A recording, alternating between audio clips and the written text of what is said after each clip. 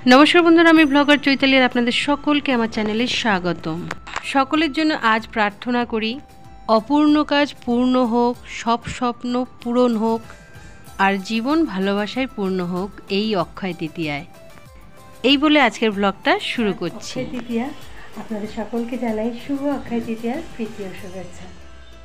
তো সকাল সকাল স্নান টান করে একদম রেডি হয়ে গেছি পুজো দিতে যাওয়ার জন্য। আর পুজো দিতে যাব হচ্ছে মন্দিরে, আমাদের এখানে সিদ্ধেশ্বরী মন্দির আছে সেখানে। এখন আমি অপেক্ষা করছি আমার বরমশাইয়ের জন্য, কেননা ছেলেকে টিউশনে দিতে গেছে, এলে পরেই আমরা দুজনে পুজো দিতে বেরোবো। তো এসে গেছে এবং আমি এগুলো সব কিছু গুছিয়ে নিলাম, ঠাকুর ফুল মিষ্টি, কেননা এগুলো দিয়েই পুজো দেবো মন্দিরে গিয়ে। তো চলুন মন্দিরে যাওয়া যাক। তো এই যে আমরা বাইকে করে যাচ্ছি আর ঠাকুরও আমাদের সঙ্গে যাচ্ছেন বাইকে করে মন্দিরে। তো আমার বরমশাই খুব একটা ভিডিও পছন্দ করে না, এই জন্য কিন্তু খুব একটা তার মুখ দেখাতে পারবো না, তবে সুযোগ যদি পাই একবার ভিডিওতে মুখ দেখাবোই, ঠিক আছে। তো এই যে আমার বরমশাইয়ের পিছনটাই দেখতে পেলেন, মাথাটা খুব রেগে যায় ভিডিও করলে, কেন জানি।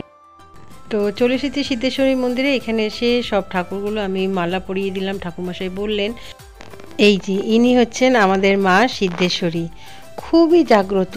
আমি বহু বছর ধরে এখানে আসি, আগে একটু বেশি আসতাম, এখন সময় পাই না বলে মায়ের কাছে কম আসি, কিন্তু প্রণাম রোজই করি এই রাস্তা দিয়ে যাতায়াতের সময়। এই যে ঠাকুরমশাই এবার আমাদের পুজো শুরু করলেন, এর আগে আরও একজন পুজো করাচ্ছিলেন, সেই জন্য আমরা বসেছিলাম অপেক্ষা করছিলাম। তো এবার আমাদের পুজো হচ্ছে দেখুন। আর ঠাকুরমশাই বেশ ভালোই মন্ত্র বলে পুজো করছেন, ভালোই লাগছে পুজো দেখতে এবং শুনতে।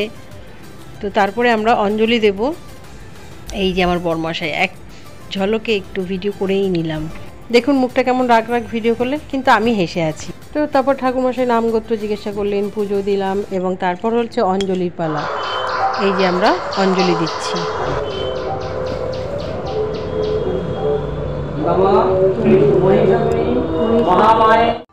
তো অক্ষয় তৃতীয়ার পুজো আমাদের সম্পন্ন হলো। ঠাকুরমশাই আমাদেরকে ঠাকুর ফেরত দিয়ে দিলেন, প্রসাদ দিয়ে দিলেন।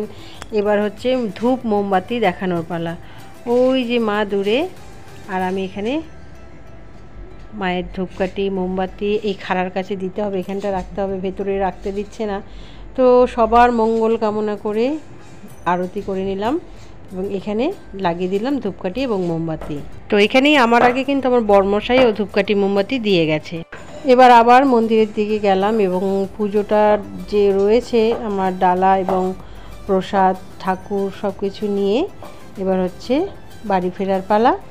তো এত বড় ঝুড়ি আর এই প্রসাদ এসব নিয়ে বিশেষ করে শাড়ি পরে বাইকে ওঠা ভীষণ চাপের।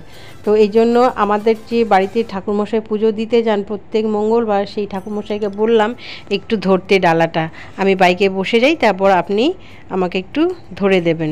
তো উনি রাজি হয়ে গেলেন। এই যে ইনি হচ্ছেন আমাদের সাপ্তাহিক ঠাকুরমশাই, ইনি প্রত্যেক সপ্তাহে আমাদের বাড়িতে গিয়ে লেবু লঙ্কা বেঁধে দেন। আর এই যে আমার বরমশাইয়ের বাইক, আমাকে হেলমেটটা দিল পরার জন্য এবং আমি এবার উঠবো বাইকে। তো আর মনে হচ্ছে দেখাতে পারবো না, যাই হোক আবার দেখাবে বাড়িতে গিয়ে। তো বাড়িতে এসে গেছি এবং আমাদের যে ঠাকুরের জায়গা ব্যবসার এখানে, সেখানে মা লক্ষ্মী গণেশ এবং কালীকে সাজিয়ে বসিয়ে দিয়েছি ফুল মালা দিয়ে এবং দেখুন কি সুন্দর লাগছে।